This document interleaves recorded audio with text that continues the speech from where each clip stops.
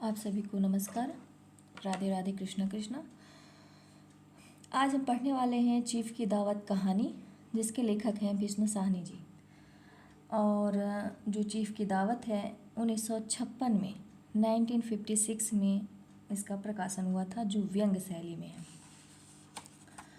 इसमें चीफ की दावत में मध्यम वर्ग है उसका अंतर्विरोध किया गया है।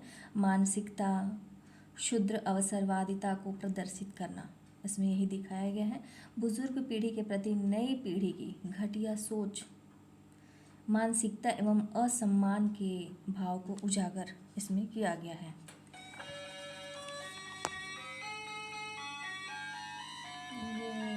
में शामनाथ है जो मुख्य पात्र है और उसकी पत्नी, शामनाथ की पत्नी। तो उसकी माँ को केंद्रित यह कहानी है। शामनाथ है, उसकी माँ को केंद्रित यह कहानी मानवीय मूल्यों के ह्रास की कहानी है, जिसमें मानवता क्या है इसी के प्रति लोग विरोध किए।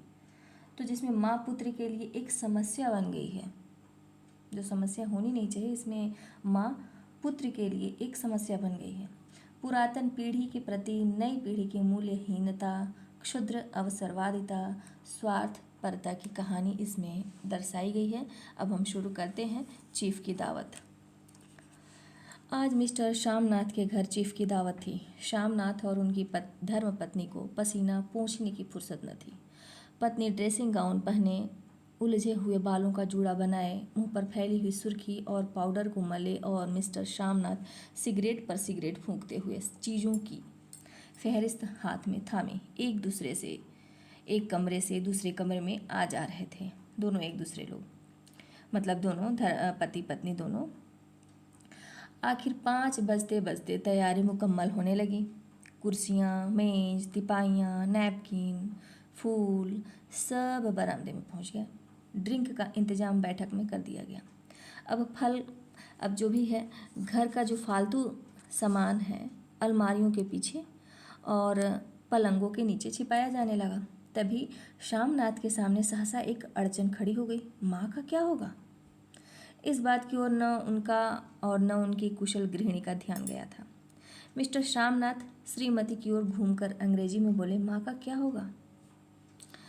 श्रीमती काम करते करते ठहर गई और थोड़ी देर तक सोचने के बाद बोली, इन्हें पिछवाड़े इनकी सहेली के घर भेज दो, रात भर बेशक वहीं रहें, कल आ जाएं। शामनाथ सिगरेट मुंह में रखे सिकुड़ी आंखों से श्रीमती के चेहरे की ओर देखते हुए पल भर सोचते रहे। फिर सिर हिलाकर बोले, नहीं, मैं नहीं चाहता कि उस बुढ़िया का आना जाना यहाँ फिर से शुरू हो। पहले ही बड़ी मुश्किल से बंद किया था। माँ से कहें कि जल्दी ही खाना खा के शाम को ही अपनी कोठरी में चली जाएं। मेहमान कहीं 8 बजे आएंगे, इससे पहले ही अपने काम से निबट लें। सुझाव ठीक था, दोनों को पसंद आया। मगर फिर सहसा श्रीमती बोल उठी, जो वह सो गईं और नींद में खर्राटे लेने लगीं, तो साथ ही तो बरामदा है जहाँ लोग खाना खाएंगे, तो इन्हें कह देंगे कि अंदर से दरवाज़ा बंद कर लें, मैं बाहर से ताला लगा दूंगा। शामनाथ बोलता है, या माँ को कह देता हूँ कि अंदर जाकर सोए नहीं, बैठी रहें, और क्या। और जो सो गई तो डिनर का क्या मालूम कब तक चले। शामनाथ की पत्नी बोलती है कि और जो सो गई तो डिनर का क्या मालूम कब तक चले, 11 बजे तक तो तुम ड्रिंक ही करते रहते हो। शामनाथ कुछ खींच उठे, हाथ झटकते हुए बोले, अच्छी भली यह भाई के पास जा रही थी, तुमने यूं ही खुद अच्छा बनने के लिए बीच में टांग अड़ा दी। वाह, तुम माँ और बेटे की बातों में मैं क्यों बुरी बनूं? तुम जानो और वह जाने। मिस्टर शामनाथ चुप रहे। यह मौका बहस का न था, समस्या का हल ढूंढने का था। उन्होंने घूमकर माँ की कोठरी की ओर देखा। कोठरी का दरवाज़ा बरामदे में खुलता था। बरामदे की ओर देखते हुए झट से बोले, मैंने सोच लिया है, और उन्हीं कदमों से माँ की कोठरी के बाहर जाकर खड़े हो गए। माँ दीवार के साथ एक चौकी पर बैठी, दुपट्टे में दीवार के साथ इसमें लिखा है, दीवार के पास एक चौकी पर बैठी हुई है, दुपट्टे में मुंह सिर लपेटे माला जप रही थी। सुबह से तैयारी होती देखते हुए माँ का भी दिल धड़क रहा था।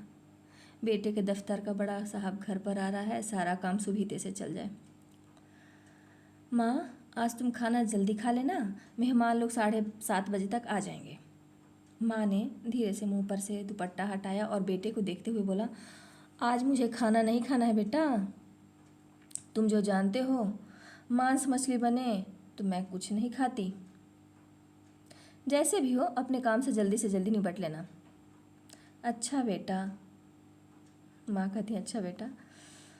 फिर श्यामनाथ कहते, और माँ, हम लोग पहले बैठक में बैठेंगे, उतनी देर तुम यहाँ बरामदे में बैठना, फिर जब हम यहाँ आ जाएं तो तुम गुसल खाने के रास्ते बैठक में चली जाना। माँ अवाक बेटे का चेहरा देखने लगी, फिर धीरे से बोली, अच्छा बेटा। और माँ, आज जल्दी सो जाना, तुम्हारे खर्राटों की आवाज़ दूर तक जाती है, श्यामनाथ कह रहा है। माँ लज्जित सी आवाज़ में बोली, क्या करूँ बेटा, मेरे बस की बात नहीं है। जब से बीमारी से उठी हूँ, नाक से सांस नहीं ले सकती। मिस्टर श्यामनाथ ने इंतज़ाम तो कर दिया, फिर भी उनकी उधेड़ बूंद खत्म नहीं हुई। जो चीफ अचानक इधर आ निकला तो 8-10 मेहमान होंगे, देसी अफसर, उनकी स्त्रियां होंगी, कोई भी गुसल खाने की तरफ जा सकता है। क्षोभ और क्रोध में वह झुंझलाने लगे। एक कुर्सी को उठाकर बरामदे में कोठरी के बाहर रखते हुए बोले, आओ माँ, इस पर जरा बैठो तो। माँ माला संभालती, पल्ला ठीक करती उठी और धीरे से कुर्सी पर आकर बैठ गई। यूँ नहीं माँ, टांगे ऊपर उठाकर नहीं बैठते, चढ़ाकर नहीं बैठते, यह खाट नहीं है। माँ ने टांगे नीचे उतार दी। और खुदा के वास्ते नंगे पाँव जो है नहीं घूमना, नहीं वह खड़ाऊँ पहनकर सामने आना। किसी दिन तुम्हारी यह खड़ाऊँ उठाकर मैं बाहर फेंक दूंगा। माँ चुप रही। कपड़े कौन से पहनोगी माँ? जो है वही पहनूंगी बेटा, जो कहो पहन लूँ। मिस्टर श्यामनाथ सिगरेट मुंह में रखे, फिर अध खुली आंखों से माँ की ओर देखने लगे और माँ के कपड़ों की सोचने लगे। श्यामनाथ हर बात में तरतीब चाहते थे। घर का सब संचालन उनके हाथ में था। खूटियाँ कमरों में कहाँ लगाए जाएं, बिस्तर कहाँ पर बिछे, किस रंग के पर्दे लगाए जाएं, श्रीमती कौन सी साड़ी पहने, मेज किस साइज की हो। श्यामनाथ को चिंता थी कि अगर चीफ का साक्षात माँ से हो गया तो कहीं लज्जित न होना पड़े। माँ को सिर से पांव तक देखते हुए बोले, तुम सफ़ेद कमीज और सफ़ेद सलवार पहन लो। माँ, पहन के आओ तो जरा देखूं। माँ धीरे से उठी और अपनी कोठरी में कपड़े पहनने चली गई। यह माँ का झमेला ही रहेगा। उन्होंने फिर अंग्रेजी में अपनी स्त्री से कहा, कोई ढंग की बात हो तो भी कोई कहे, अगर कहीं कोई उल्टी सीधी बात हो गई, चीफ को बुरा लगा तो सारा मज़ा जाता रहेगा। माँ सफ़ेद कमीज और सफ़ेद सलवार पहनकर बाहर निकली। छोटा सा कद, सफ़ेद कपड़ों में लिपटा छोटा सा सूखा हुआ शरीर, धुंधली आँखें, केवल सिर के आधे झड़े हुए बाल पल्ले की ओट में छिपे पाए थे। पहले से कुछ ही कम कुरूप नजर आ रही थी। चलो ठीक है, कोई चूड़ियाँ वूड़ियाँ हो तो वह भी पहन लो, कोई हर्ज नहीं। चूड़ियाँ कहाँ से लाऊं बेटा, तुम तो जानते हो सब जेवर तुम्हारी पढ़ाई में बिक गए। यह वाक्य श्यामनाथ को तीर की तरह लगा। तिनक कर बोले, यह कौन सा राग छेड़ दिया माँ, सीधा कह दो नहीं है। जेवर, बस इससे पढ़ाई वढ़ाई का क्या ताल्लुक है। जो जीवर बिका तो कुछ बनकर ही आया हूँ, नीरा लंडूरा तो नहीं लौट आया। जितना दिया था उससे दुगुना ले लेना। मेरी जीभ जल जाए बेटा, तुमसे जेवर लूँगी, मेरे मुंह से यूं ही निकल गया, जो होते तो लाख बार पहनती। 5:30 बज चुके थे। अभी मिस्टर श्यामनाथ को खुद भी नहा धोकर तैयार होना था। श्रीमती कब की अपने कमरे में जा चुकी थीं। श्यामनाथ जाते हुए एक बार फिर माँ को हिदायत करते गए, माँ, रोज़ की तरह गुमसुम बन के नहीं बैठी रहना। अगर साहब इधर आ निकलें और कोई बात पूछें तो ठीक तरह से बात का जवाब देना। मैं न पढ़ी न लिखी बेटा, मैं क्या करूँगी, तुम कह देना माँ अनपढ़ है, कुछ जानती समझती नहीं, वह नहीं पूछेगा। 7 बजते बजते माँ का दिल धक धक करने लगा। अगर चीफ सामने आ गया और उसने कुछ पूछा तो वह क्या जवाब देंगी। अंग्रेज को तो दूर से ही देखकर घबरा उठती थी, यह तो अमेरिकी हैं। ना मालूम क्या पूछे, मैं क्या कहूँगी। माँ का जी चाहा कि चुपचाप पिछवाड़े विधवा सहेली के घर चली जाएं, मगर बेटे के हुक्म को कैसे टाल सकती थी। चुपचाप कुर्सी पर से टांग लटकाए वहीं बैठी रही। एक कामयाब पार्टी वह है जिसमें ड्रिंक कामयाबी में चल जाए। शामनाथ की पार्टी सफलता के शिखर चूमने लगी। वार्तालाप उसी रौ में बह रहा था जिस रौ में गिलास भरे जा रहे थे।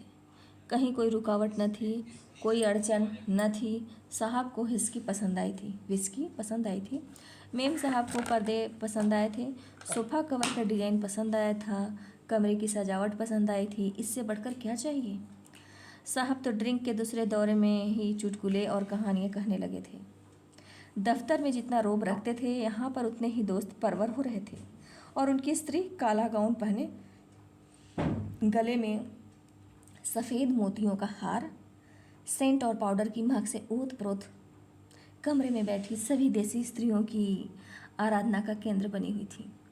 बात बात पर हंसती, बात बात पर सिर हिलाती, और शामनाथ की स्त्री से तो ऐसे बातें कर रही थी जैसे उनकी पुरानी सहेली हों। और इसी रो में पीते पिलाते 10:30 बज गए। वक्त गुजरते पता ही न चला। आखिर सब लोग अपने अपने गिलासों में से आखिरी घूंट पीकर खाना खाने के लिए उठे और बैठक से बाहर निकले।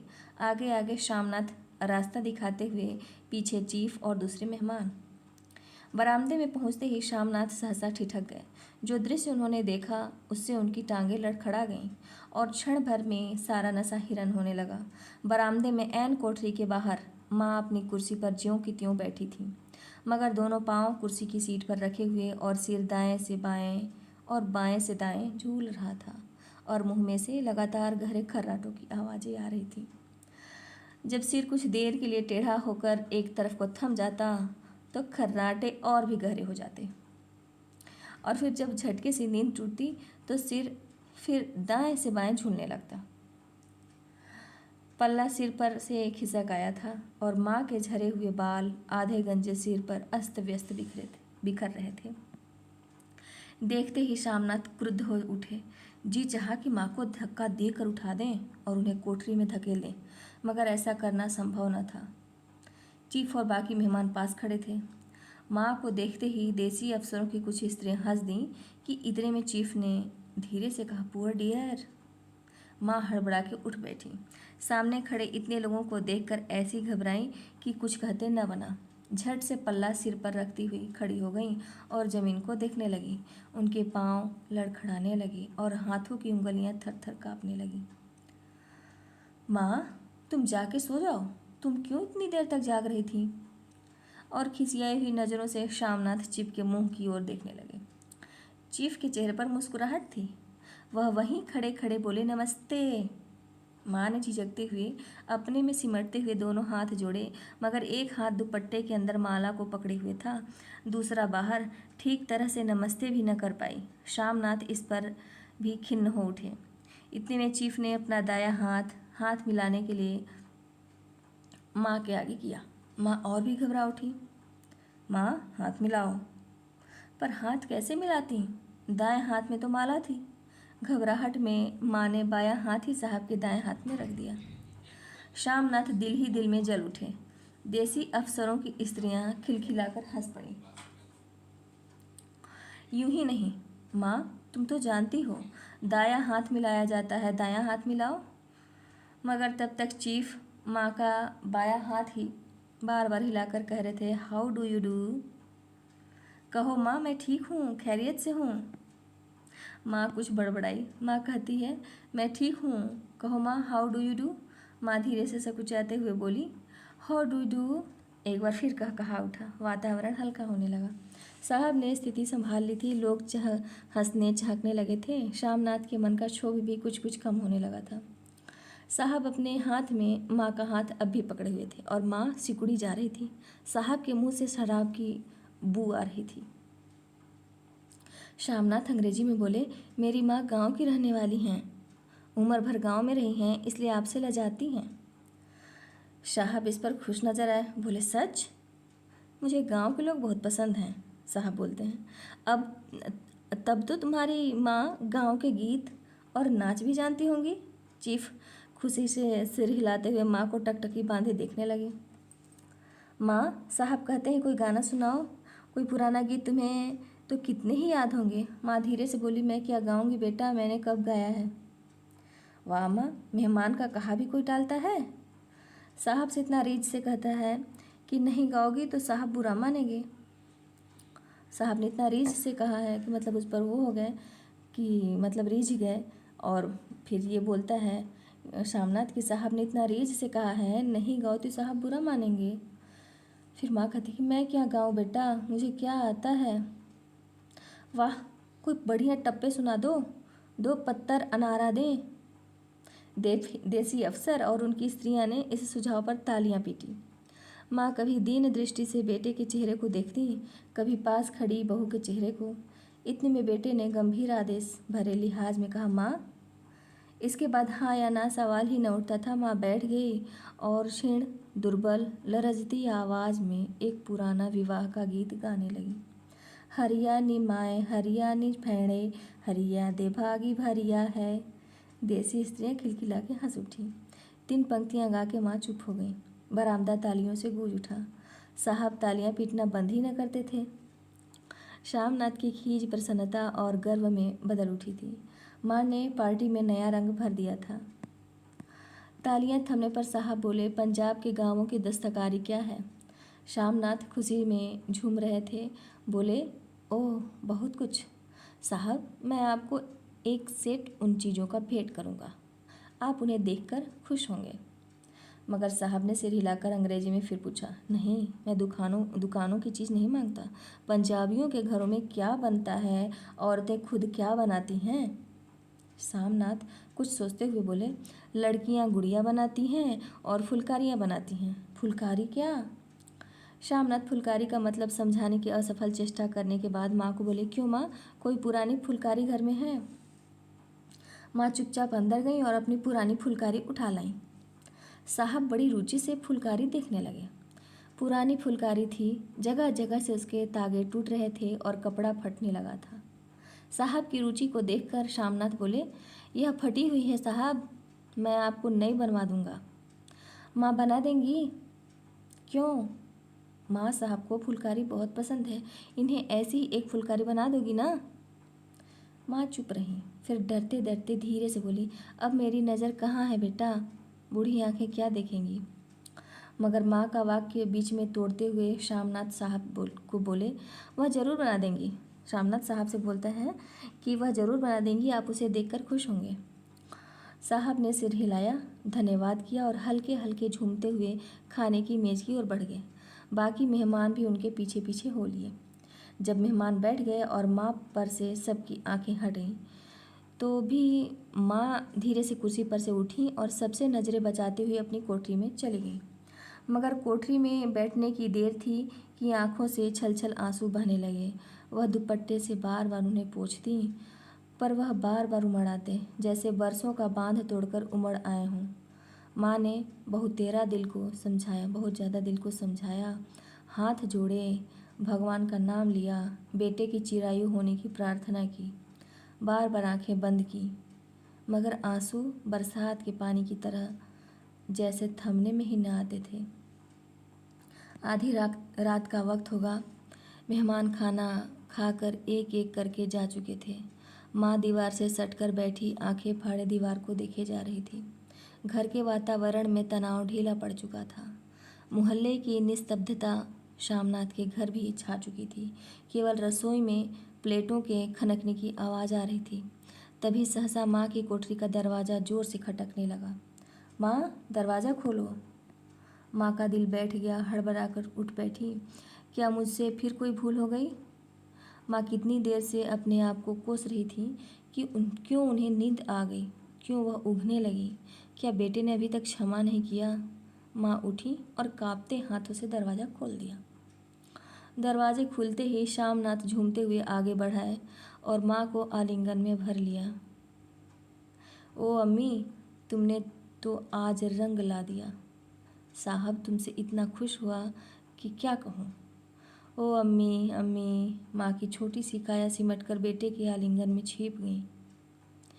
माँ की आंखों में फिर आंसू आ गए। उन्हें पोंछती हुई धीरे से बोली, बेटा तुम मुझे हरिद्वार भेज दो, मैं कब से कह रही हूँ।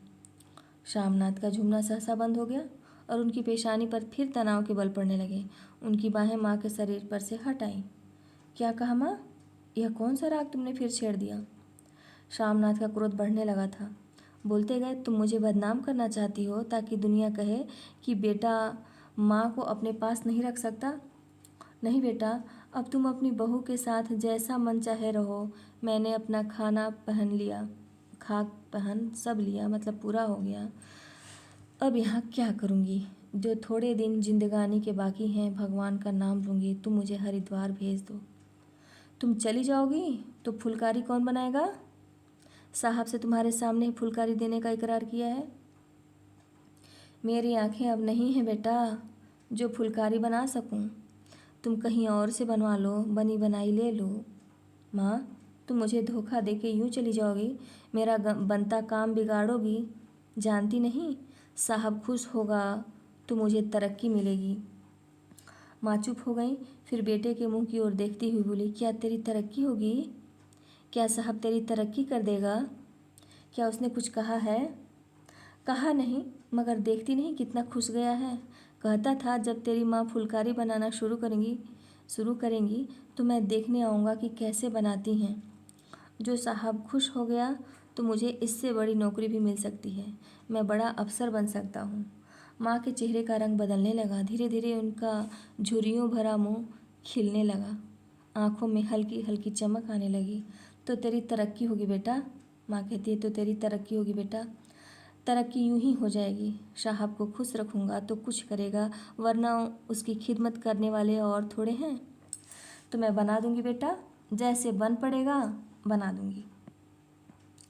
और माँ दिल में फिर बेटे के उज्ज्वल भविष्य की कामनाएं करने लगी। और मिस्टर शामनाथ, अब सो जाओ माँ कहते हुए तनिक लड़खड़ाते हुए अपने कमरे की ओर घूम गए। चीफ की दावत समाप्त हो गई कहानी। धन्यवाद।